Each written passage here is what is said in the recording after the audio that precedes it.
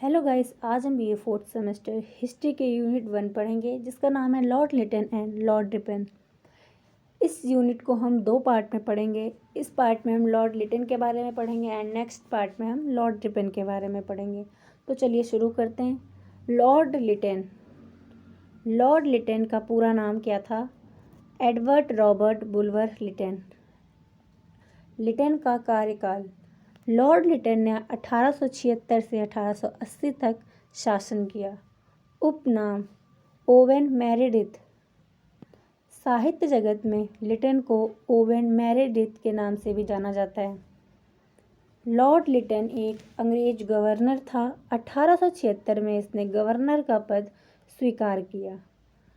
Lord Liton एक विख्यात कवि, उपन्यासकार और निबंधकार भी था और इसे साहित्य जगत में ओवेन मेरेडिथ के नाम से जाना जाता है। लिटन को ब्रिटिश प्रधानमंत्री बेंजामिन डिज़रायली ने गवर्नर के पद पर नियुक्त किया।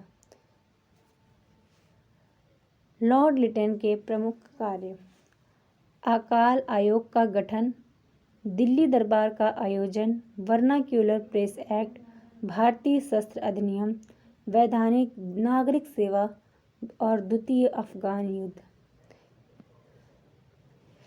अकाल आयोग 1876 से 1878।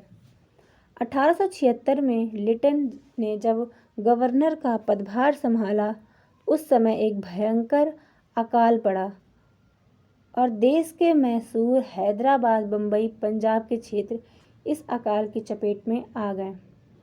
अकाल का प्रभाव लगभग 2,57,000 वर्ग मील और 5,80,00,000 लोगों पर पड़ा और ब्रिटिश सरकार ने अकाल पीड़ितों की कोई विशेष सहायता नहीं की। आर.सी. दत्त का अनुमान है कि एक वर्ष में लगभग 50 लाख लोग भूख से मारे गए। इस अकाल से निपटने के लिए लिटन ने एक अकाल आयोग का गठन किया जिसका अध्यक्ष सर रिचर्ड स्ट्रेची को बनाया गया। आयोग ने 1880 में अपनी रिपोर्ट प्रस्तुत की। दूसरा है दिल्ली दरबार का आयोजन। ब्रिटिश पार्लियामेंट ने 1876 में राज उपाधि अधिनियम, जिसे रॉयल टाइटल एक्ट भी कहा जाता है, इसे पारित किया, जिसमें महारानी विक्टोरिया को केसर-ए-हिंद की उपाधि दी गई। औपचारिक घोषणा के लिए लिटन ने 1 जनवरी 1877 ईस्वी को दिल्ली में एक वैभवशाली दरबार का आयोजन किया। इस दरबार में राजाओं, नवाबों और जनता के समक्ष उपाधि की घोषणा की गई।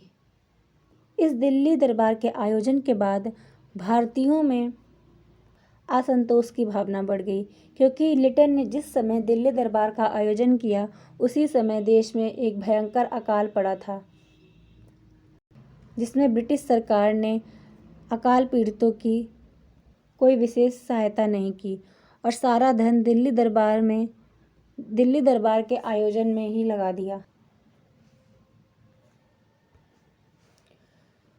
भारतीय समाचार पत्र अधिनियम, वर्नाक्यूलर प्रेस एक्ट, जिसे हम भारतीय समाचार पत्र अधिनियम भी कहा जाता है, मार्च 1878 में भारतीय भाषा समाचार पत्र अधिनियम पारित किया गया, जिसे वर्नाक्यूलर प्रेस एक्ट कहते हैं। इसको मुंह बंद करने वाले अधिनियम भी कहा जाता है।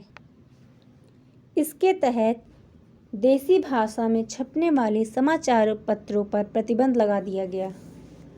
लिटन की इस नीति का भारत में बहुत विरोध किया गया। वर्नाक्यूलर प्रेस एक्ट क्या था?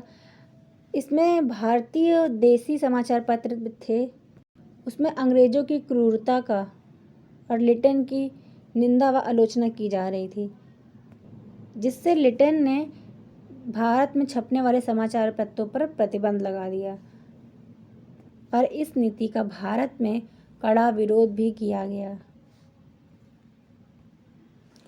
भारतीय शस्त्र अधिनियम 1878 ईस्वी। 1878 के 11वें अधिनियम के अनुसार किसी भारतीय के लिए बिना लाइसेंस शस्त्र रखना अथवा उसका व्यापार करना एक दंडनीय अपराध घोषित कर दिया गया। यह अधिनियम केवल भारतीयों के लिए था। ब्रिटिश सरकार, ब्रिटिश के बड़े बड़े अधिकारियों, यूरोपीय और एंग्लो इंडियन का इस अधिनियम का कोई प्रभाव नहीं पड़ा। इस अधिनियम को तोड़ने पर 3 वर्ष तक की जेल अथवा जुर्माना अथवा दोनों दिया जा सकता था। वैधानिक नागरिक सेवा 1879। 1853 ईस्वी में लंदन में कंपनी में उच्च पदों की नियुक्ति के लिए एक प्रतियोगी परीक्षा की शुरुआत की गई। भारतीय जानपथ सेवा की इस परीक्षा में भारतीयों का बैठना और सफल होना अत्यंत कठिन था। प्रथम भारतीय सत्येंद्रनाथ टैगोर थे, जिन्हें 1864 में इस परीक्षा में सफलता प्राप्त हुई थी। भारतीयों को इस सेवा में जाने से रोकने के लिए लिटन ने परीक्षा की आयु 21 वर्ष से घटाकर 19 वर्ष कर दी गई थी। चूँकि परीक्षा केवल लंदन में होती थी, इसलिए इस आयु के भारतीयों के लिए वहां जाकर परीक्षा देना कठिन था। द्वितीय अफगान युद्ध 1878 से 1880। अफगानिस्तान में रूस का प्रभाव बढ़ रहा था, जबकि ब्रिटिश अफगानिस्तान को अपने प्रभाव के अंतर्गत रखना चाहते थे।